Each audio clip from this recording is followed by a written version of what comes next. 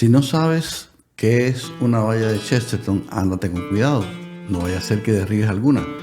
La valla de Chesterton es una metáfora que el autor británico Gilbert K. Chesterton utilizó para ilustrar la importancia de comprender las razones de la existencia de leyes, costumbres o tradiciones antes de intentar cambiarlas o abolirlas. Según Chesterton, si uno se encuentra con una valla en medio del camino y no entiende el propósito de su existencia, debería averiguar para qué fue construida antes de decidir derribarla. La idea es que las tradiciones y las normas suelen tener razones subyacentes que no son evidentes a primera vista y que eliminarlas sin comprender estas razones puede tener consecuencias imprevistas. Hoy vamos a hablar de una de estas vallas importantes y de los daños presentes y futuros que pueden causarse a los Estados Unidos si derribamos esta valla. Bienvenidos de nuevo a Hablar con Sentido. Yo soy Ricardo Gutiérrez y hoy quiero invitarte a pensar en los efectos que puede tener abolir la inmunidad presidencial.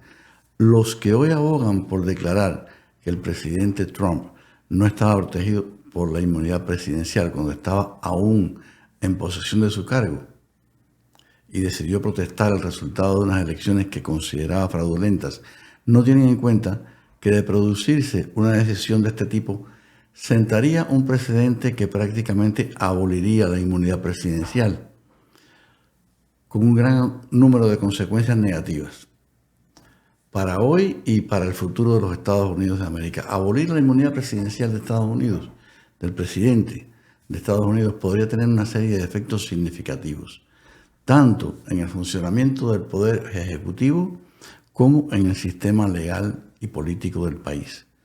La inmunidad presidencial es una doctrina legal que protege al presidente de ser enjuiciado por acciones realizadas mientras ejerce sus funciones. Esta protección está diseñada para asegurar que el presidente pueda cumplir con sus deberes sin temor a litigios. Sin embargo, esta inmunidad no es absoluta y no protege al presidente de un impeachment, por ejemplo, es decir, un juicio político. Y ya esto establece un contrapeso para balancear esta inmunidad. Pero veamos cuáles son las posibles consecuencias de suprimir la inmunidad del presidente. Sin la inmunidad presidencial, el presidente podría ser objeto de demandas civiles y potencialmente procesos penales por acciones tomadas mientras está en el cargo.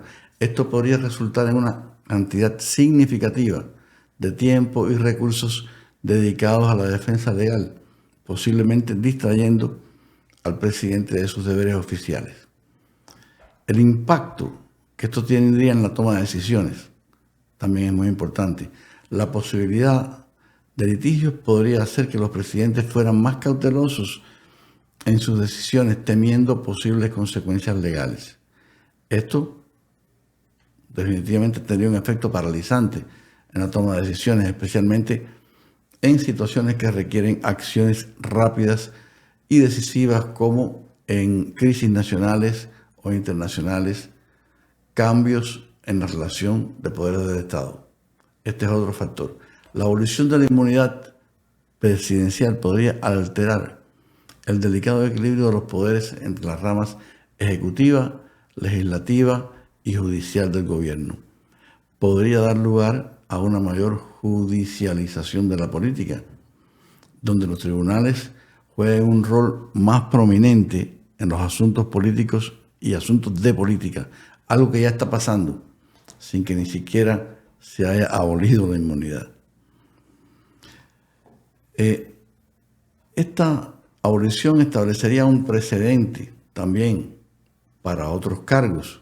Si se aboliera la inmunidad para el presidente, podría surgir un debate sobre la inmunidad de otros funcionarios del gobierno, como son los miembros del Congreso, jueces y funcionarios del Ejecutivo a niveles más bajos.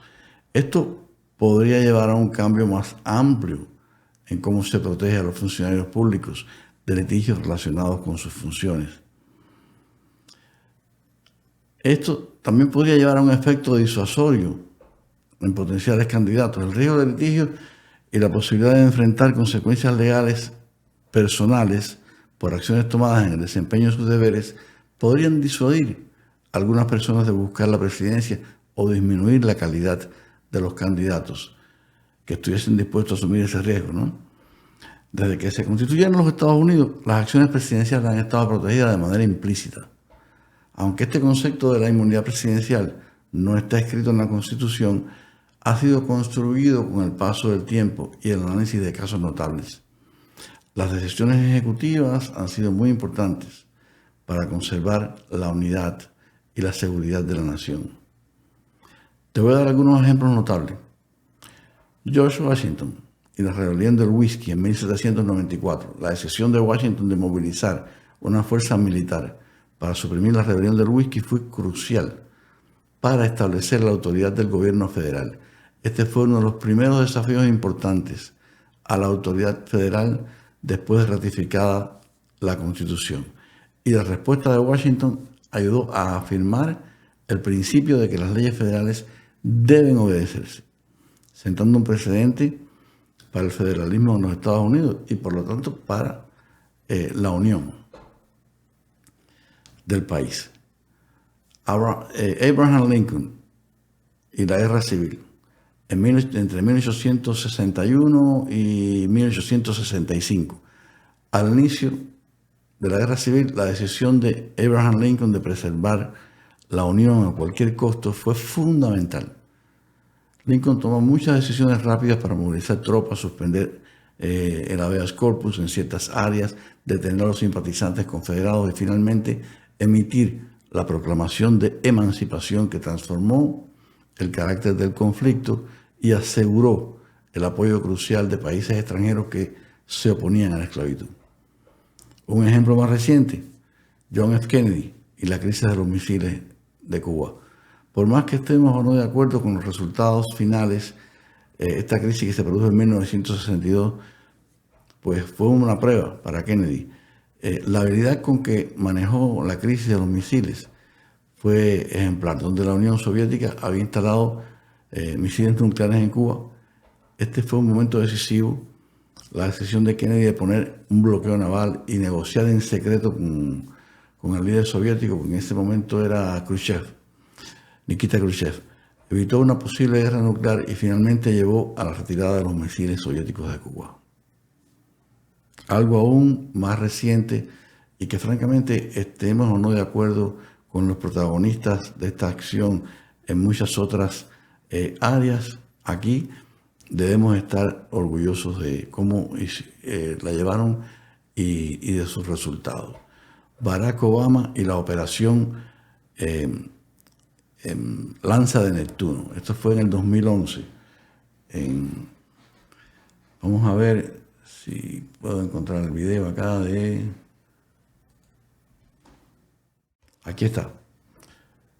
Esta operación, la decisión de Obama de aprobar la operación para ejecutar a Bin Laden,